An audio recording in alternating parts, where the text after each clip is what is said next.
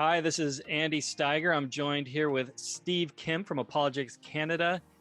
Together, we are prepping for something we call the ACLE, the Apologetics Canada Literary Expedition. And on this trip, we are going back in history, looking at what often is referred to as the Dark Ages, but we are reading a book called The Light Ages.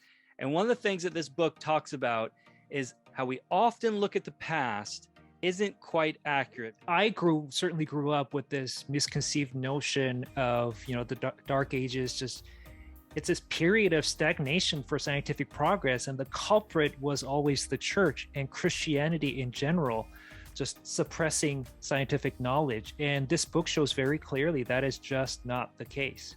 Now, there's lots of things that I could talk about from this book that I've been like mind blown. But one of the ones I thought was so interesting was the way that they did math. In particular, they used two different methods. One is to use their hands, and the other is to use an abacus. But when they use their hands, now I got huge hands, and as you know, Steve, I got giant thumbs.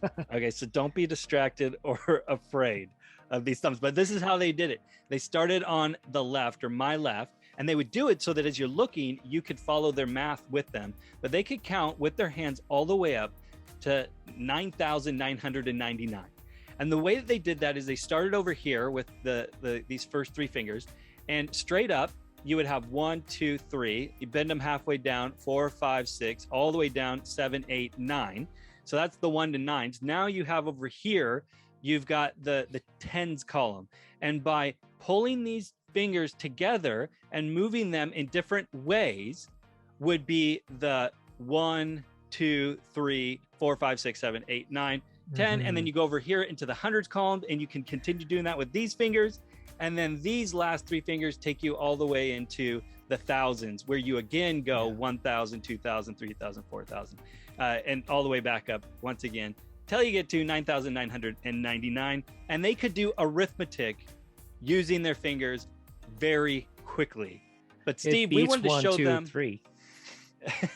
But we wanted to show them, we wanted to show you today how people use the abacus. And this might surprise you, but after World War II in 1946, when the US were in Japan, they noticed that the Japanese loved using the abacus to do commerce. And so they put together a competition to see if a calculator, somebody using a calculator, could beat somebody using an abacus. And they lost terribly. In fact, they lost 3-1. And it was said in the newspaper by both the Japanese and American, it was a decisive victory. The abacus won.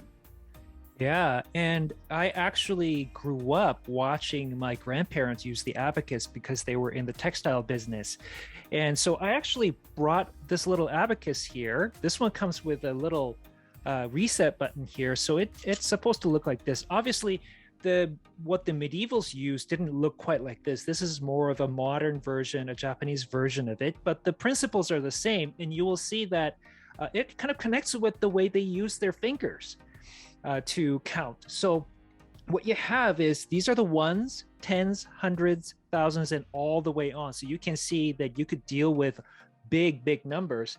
Hey, Steve, I think I'm starting to understand how this abacus thing works.